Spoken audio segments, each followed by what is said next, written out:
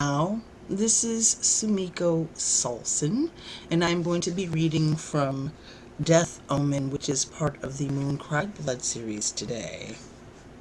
Shadows of Becoming. Tisha stood on a very dark road alone. She was unafraid as she held a torch in her hand. Rocks were in the road. She didn't have any shoes on. She walked very slowly, carefully, to avoid stepping on something or stubbing her toe. Behind her was a shadow. It was long at first, but as she walked, it grew shorter and shorter, moving nearer to her. As it drew near, it also moved to one side, her left side.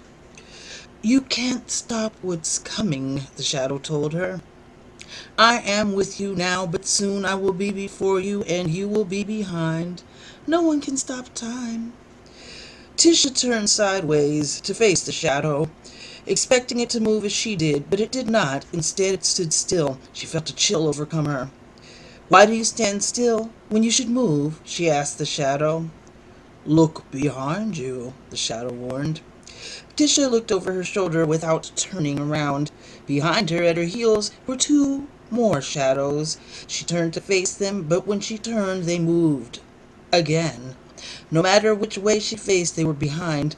Finally, when she turned to face forward, they moved to the left of her, stacked below the first shadow. The first shadow spoke. "They are beside you now, and soon they will be before you. Why are you not afraid?"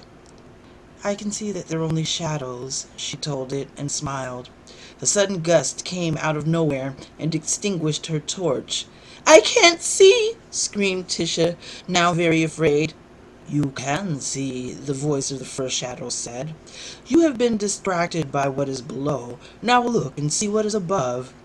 The dark clouds parted overhead, and Tisha saw two moons side by side in the sky. One was the full moon, and the other was the half moon. She wrapped her arms around herself and stood still. There should never be two moons in the sky.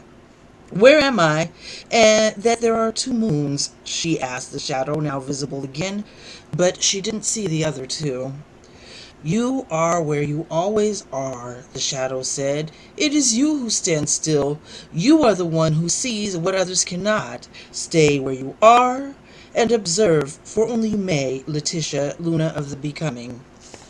In front of her, in the road, was a great wolf. It cast two shadows, and Tisha saw that one was cast under the light of the half moon, and the other by the light of the full moon. The words of the shadow came back to her, and she remembered them. "You have been distracted by what is below. Look now and see what is above." She looked up and saw a condor flying high in the light of the two moons. When she saw it, it swooped down over the head of the wolf.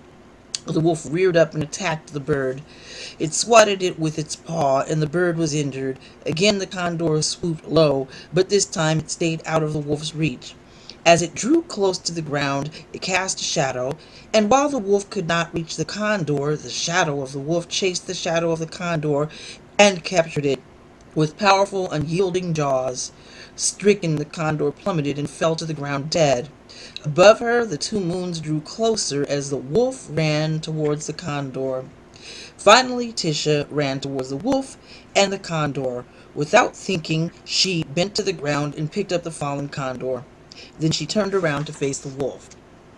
"The wolf may howl at the moon, but the moon should never howl at the wolf," the wolf said, pressing down on his haunches, preparing to pounce. But below it, the shadows of the wolf were circling the wolf that cast them. The wolf shadow spoke to it. "We are your daughters," the shadows said in unison. "You are our father. We are the daughters of the moon and the daughters of the wolf.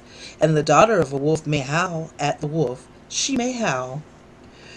The shadow projected by the half moon rose up and leapt into the air and was solid as a wolf made of darkness and shadow. The shadow wolf ran to the wolf and clasped his neck with her jaws. The wolf fell to the ground with his daughters at his neck. As he did, the condor shadow fell back to the ground, freed from the grasp of the daughter shadow wolf. In Tisha's hands the condor fluttered. It rose first to its feet, then stretched its wings and flew to the sky. If you want to hear more, then pick up the Moon Cried Blood series, the first one, Legend of the Luna. Thank you.